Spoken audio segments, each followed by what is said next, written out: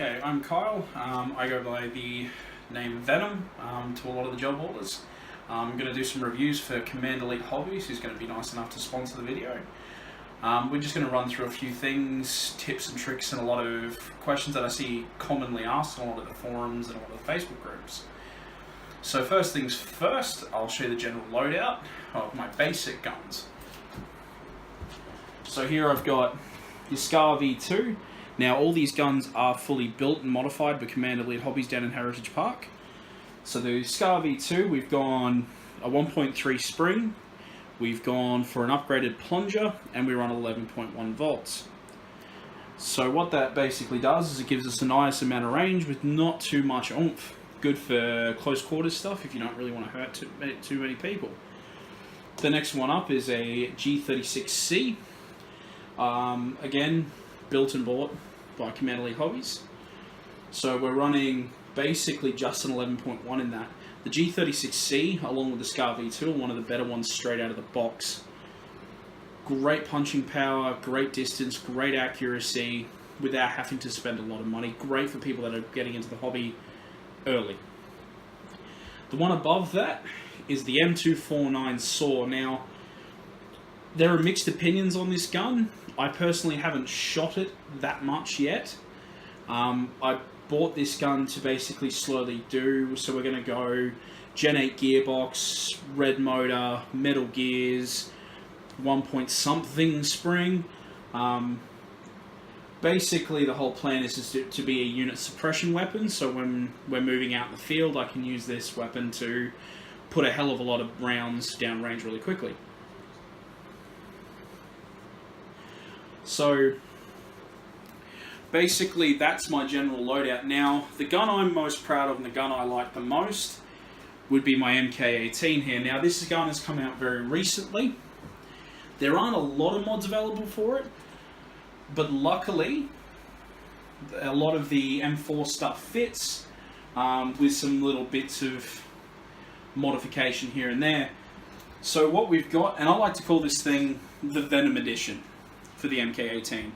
Hopefully Carl or Colin or whatever he wants to go by will take that on, but we'll see. So what we're running is a full metal silencer. We've got the standard fishbone. I've got the laser torch, angle grip. Now that's a metal, full metal sight, and a modified buttstock. They do come out with a iffy plastic stock in my opinion, but everybody's got an opinion on that. So the modifications on this we like to call the Madman Edition. So what we're running in that is a red motor, so that's the fastest current available motor. We run an 11.1 volt lithium. It's a 1.5 spring, full aluminium barrel, full metal gears, full metal gearbox. Now they come in a nylon case, like a nylon receiver I think they call it, straight out of the box, which is a fantastic leap ahead compared to the standard M4A1, in my opinion again. So you don't have to shell out for really expensive shells for these, because they're straight out of the box, they're ready to go in that sense. Now this is a project over time, so no doubt when I upload another video or I start another video, hopefully we'll have the metal wishbone or fishbone, whatever they call it, on the front. We'll have some nice little bits and pieces here, maybe a different sight. Sort of an up in the air with Colin over there at Command Elite. Now that's my loadout. Now on to the sort of questions I hear a lot of people asking about what I should and shouldn't do, upgrades, safety, things like that. So a lot of people that are new to the hobby, the first thing you need to do is buy your gun, obviously. Find a reputable retailer. Myself, I don't go anywhere for anything at all but Colin down at Command Elite, simply for the fact that he's the only guy that I've seen that I can rock up to his shop, I can pick out my gun, I can go, hey mate, I want to look at options and things like that. He'll talk you through a whole range of upgrades. He does them on site, depending on the upgrade. If it's just little things like barrel changes and stuff like that, he can do it pretty much there and then, depending on the sort of workload he's got. But if you want big things like gears and all that and motors, it's about a 24-hour turnaround, again, depending on the workload he's got at the time. But there's not a lot of guys out there that I've seen in this hobby where he will build a gun and he won't let you have it until he's happy with it, because he doesn't want you to walk away unhappy. He doesn't want things to happen while you're out in the field, because there's nothing worse than moving up on a position and getting sprayed to hell and your gun's jamming or it's not firing or anything like that. Again, not a lot of people out there that I know of that are that concerned about your happiness and that concerned about the product he puts out. So, my little plug for Carl, but yeah, have a look at reviews, find who's near you, and go from there. It's one of those things where it's all personal preference, who you get along with, what you like. Now, when it comes to, I see a lot of questions about gear. What do I need to buy? What should I buy? I myself don't run anything real extreme at the moment. I'm working on getting a chest rig or whatever you want to call it. Currently I run a nice little green helmet here now. I do have a camera mounted on the front, so that's not anything, not a special mad GoPro or anything like that. That's just a nice 1080p quote-unquote action cam. Gets about 3 hours battery life, mounts nicely on there with a little bit of work, engineering, persistence, whatever you want to call it. So I wear a basic helmet, I've got a camera attached on that. Now, my favourite is my 1080p sports camera mounted underneath my silencer there. Now that is the Call of Duty Ghost 1080p action cam. Apparently gets about 4 hours of battery. Now the idea of mounting it under that is when I'm throwing some rounds down at people, I can sit there and review the footage later. I can see my hits, mark my hits. Thurzaz, my mate Grant, runs a fantastic channel, got heaps of videos of Donnybrook, runs the same sort of setup. He likes to get good footage of his bullets going out. Sort of adds to the, I don't know, the effect, I guess you can say. Now, on the helmet, I also run your basic, just standard glasses here and here. Now, a lot of people like to run masks like this. This is actually my partner's. We found that they fog up a little bit, but you can get some anti-fogging spray or whatever you want to call it. Apparently spit works really good. Apparently the boys up at Donnybrook. I didn't really spit my lenses, but luckily Thurzaz was able to come across and hit us with some spray now. Hardened goggle in my opinion. They're quite hard. Nice and impact resistant. Not the most comfortable thing on earth. I found the rubber here is a bit uncomfortable on the face, but you're not going to get hit in the eyes. Uncomfortable versus getting hit in the eyes, I know which one I'm going to go for if they're the only things you've got to reach. Now, wonderful thing out of the way. So, the other thing people ask about is batteries. What should I do? Now, one of the first upgrades that a lot of people suggest is an 11.1 volt battery.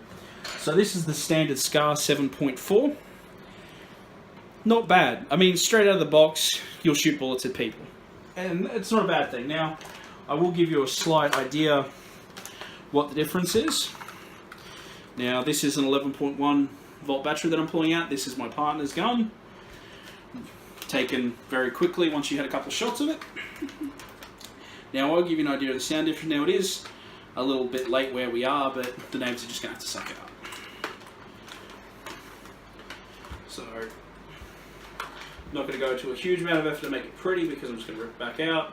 But battery in. It's currently unsafe. It'll put bullets down range. And once you've done the spring, you've done the plunger, even with a 7.4 volt battery, it's still pretty decent. The beauty of the 7.4 though is you can semi-auto it with some trigger control. That's a fully charged 7.4. I keep all my batteries nicely charged because I used to work for a battery company and I've been paranoid. Now, partner's lithium, again, always fully charged. Nice and simple to fit. Just slide it back into the buttstock. Close your Ugg boot up. Done. Now the difference between that and that, the 7.4 and the 11.1 is instant difference. You can just hear it. It's so much faster, so much more responsive. Now, that's one of the cheapest mods you can do straight out of the battery, straight out of the ball part. A lot of people ask, oh, but when I need to go Metal Gears, when I need to do this. Not really. What Colin and I have found actually is that the 11.1s, you don't really need to do any Metal Gears or anything, because straight away it's fine. The nylon gears, or the plastic gears that come in there, are actually pretty resistant. I do suggest though you do keep an eye on it. If you do start to notice issues, you can always go to nylon gears. Metal gears are only once you start going up in motors and up in really big up in springs and stuff like that. So that's that. Now, second question we get a lot is, what ammo is best? Now, this is a personal preference thing, totally. Everyone's going to tell you something different. Everyone's going to have a different opinion. My personal opinion is I like these guys. These are the whites. Now, for some reason, these little guys are a little bit harder than the rest. I think the general consensus on that is the dyeing process just made them harder. Now, this is what they swell out to. So they swell out really nicely. I keep mine in containers of water. We just keep them in the cupboard. They're there when I need them. Now, when they get too old, it is generally a good idea to tip them out and start again. It can happen. The other guys are here talking about these. Now, these are the blue. They're not too bad. They were the first rounds I ever got. I ran them through the Scar for quite a while until I got onto the whites and noticed how much they hit and decided those were a thing. The second bit of equipment I should suggest to a lot of people as well, fill bottle. I have tried to fill these things out of a standard water bottle, and more rounds ended up on the floor and bouncing around than what got in the gun. Beauty of the fill bottle, you pop that little top off. It's a nice controlled fill.